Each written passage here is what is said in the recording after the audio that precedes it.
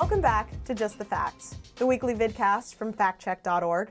I'm Emmy Kalawale, and it's not Halloween yet, but you wouldn't know it looking at the campaign trail. The attack ads have grown fangs, the robocalls are choking your phone lines, and spam is drowning your inbox. So with that, we start with this web ad from the McCain-Palin campaign about Acorn. But now, Acorn is in trouble. Massive voter fraud. And the Obama campaign paid more than $800,000 to an Acorn front for get-out-the-vote efforts. We find no evidence to support the claim that Acorn is guilty of ballot fraud. Workers for Acorn have been accused repeatedly of voter registration fraud. But the largest case to date found that Acorn had actually been cheated by workers who listed fake names instead of canvassing for real, unregistered voters. The Republican prosecuting attorney in the case said this scheme was not intended to permit illegal voting. Instead, the defendants cheated their employer to get paid for work they did not actually perform. As for the Obama campaign's donations to a front group, it's true the campaign paid Citizen Services Incorporated, which is affiliated with Acorn, $800,000 for a Get Out the Vote effort, which is not to be confused with voter registration. For more on Acorn and Obama's connections to the organization, which run a little deeper than the candidate lets on, be sure to check out our website at www.factcheck.org. Next, we take a look at an ad from the McCain campaign that makes claims about Obama's connection to 60s Weather Underground member Bill Ayers. Obama's blind ambition. When convenient, he worked with terrorist Bill Ayers. When discovered, he lied. We find the claim that Obama lied to be baseless. It's true Obama and Ayers served on the board of the Chicago Annenberg Challenge and the Woods Fund, and that they met several times.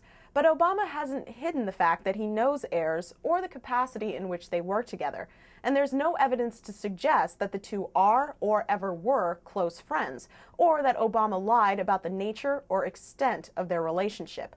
But you wouldn't get that sense from watching that ad or from listening to this robocall. Because you need to know that Barack Obama has worked closely with domestic terrorist Bill Ayers, whose organization bombed the U.S. Capitol, the Pentagon, a judge's home, and killed Americans. Makes it sound as if Obama works with Ayers to set bombs, doesn't it?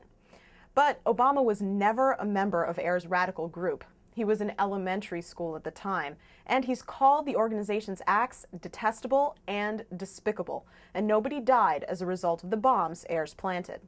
We move on to yet another robocall from the McCain-Palin campaign about Senator Obama and Born Alive legislation.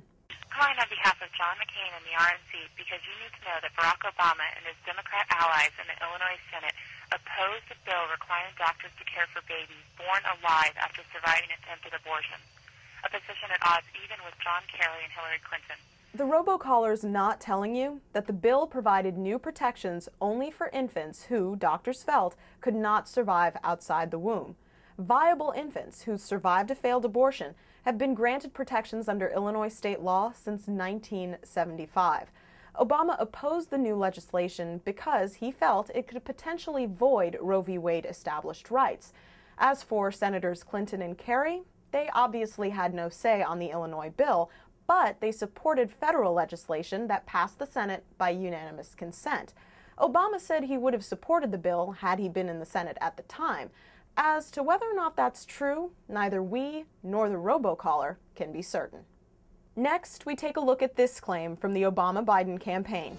Now the Wall Street Journal reports John McCain would pay for the rest of his health care plan with major reductions to Medicare and Medicaid. $882 billion from Medicare alone, requiring cuts in benefits, eligibility, or both. The claim that McCain would cut Medicare benefits is false. The ad is referring to a Wall Street Journal report that quoted McCain economic advisor Douglas Holtz-Eakin as saying McCain would cut Medicare and Medicaid spending through such measures as eliminating fraud. But he made clear that benefits would not be cut. Then we notice this even more egregious ad from the Obama campaign. How would your golden years turn out under John McCain? His health care plan would cut Medicare by $800 billion. That means a 22% cut in benefits, higher premiums and co-pays, more expensive prescription drugs. Nursing home care could suffer, and so could your choice of doctor. Again, it's false. The numbers come from a liberal group that assumes McCain is going to have to make spending cuts of that magnitude to pay for his health care plan. But the McCain campaign has made it clear that they will find savings without cutting benefits. Further proof that it's political Halloween with plenty of scare tactics for all. So keep the kiddies away from the TV and the telephone, lest they think that one candidate is preparing to have tea parties with terrorists and the other is preparing for a healthcare elimination bender. And that's it for this episode of Just the Facts. For more homestretch hair raisers, be sure to check out our website at www.factcheck.org. I'm Emmy Kalawale.